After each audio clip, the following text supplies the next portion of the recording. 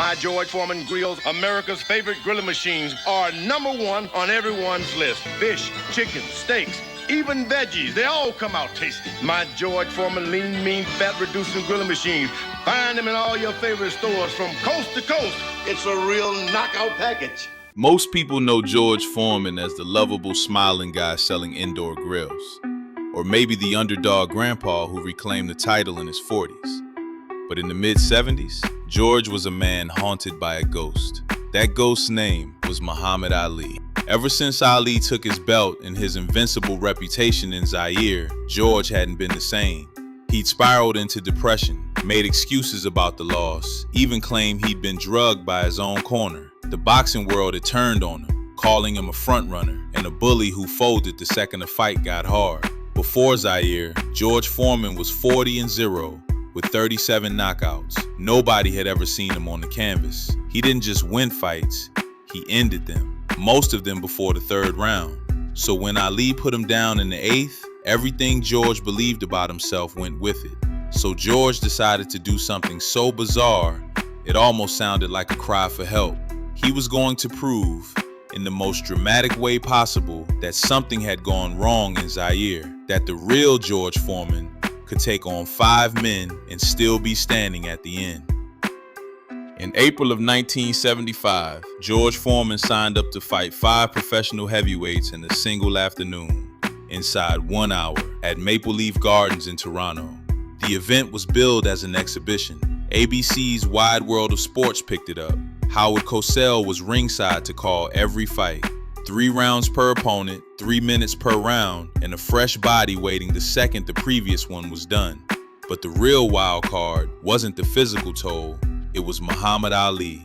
Ali didn't just show up to watch, he showed up to work. He planted himself at the broadcast table next to Cosell and spent the entire afternoon heckling George on national television.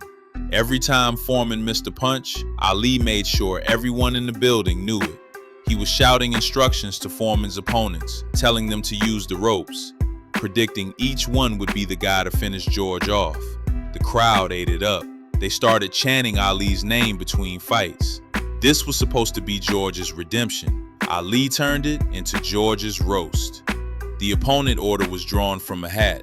First up was Alonzo Johnson, an aging journeyman who hadn't been active in over a decade. Foreman battered him, dropped him twice, and forced a stoppage in round 2. Vintage George. Come up! Come up! Come up!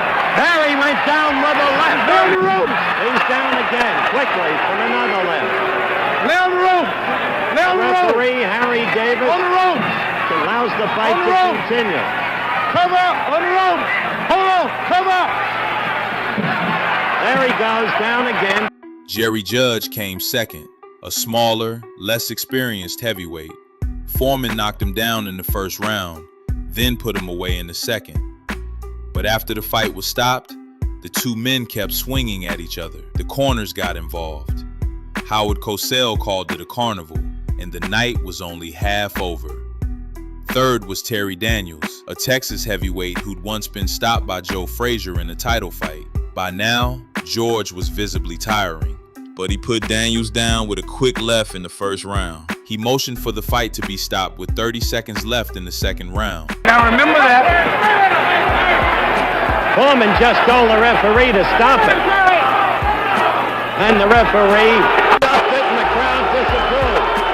Foreman told the referee to stop it. But Daniels didn't agree, and the 2 started fighting again while the referee was arguing with the cornerman.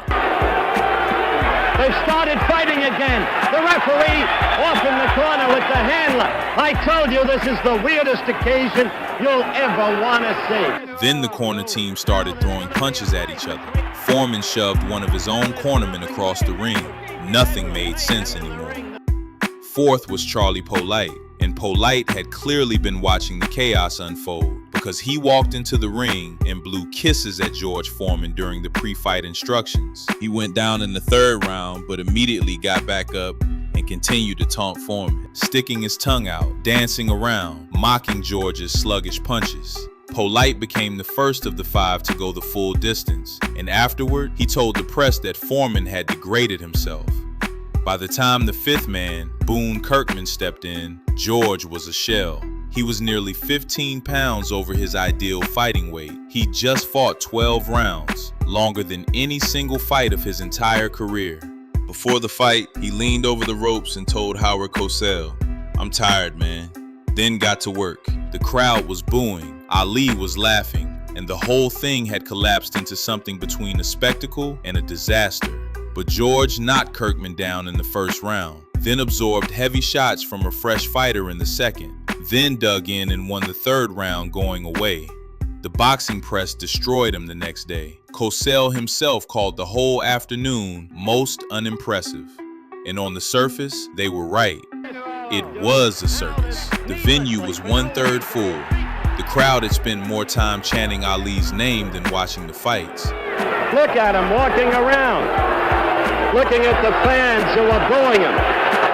This has to be a downright ugly scene for George Foreman. Come on, Muhammad, sit back and leave him alone. But here's the thing, George didn't go down.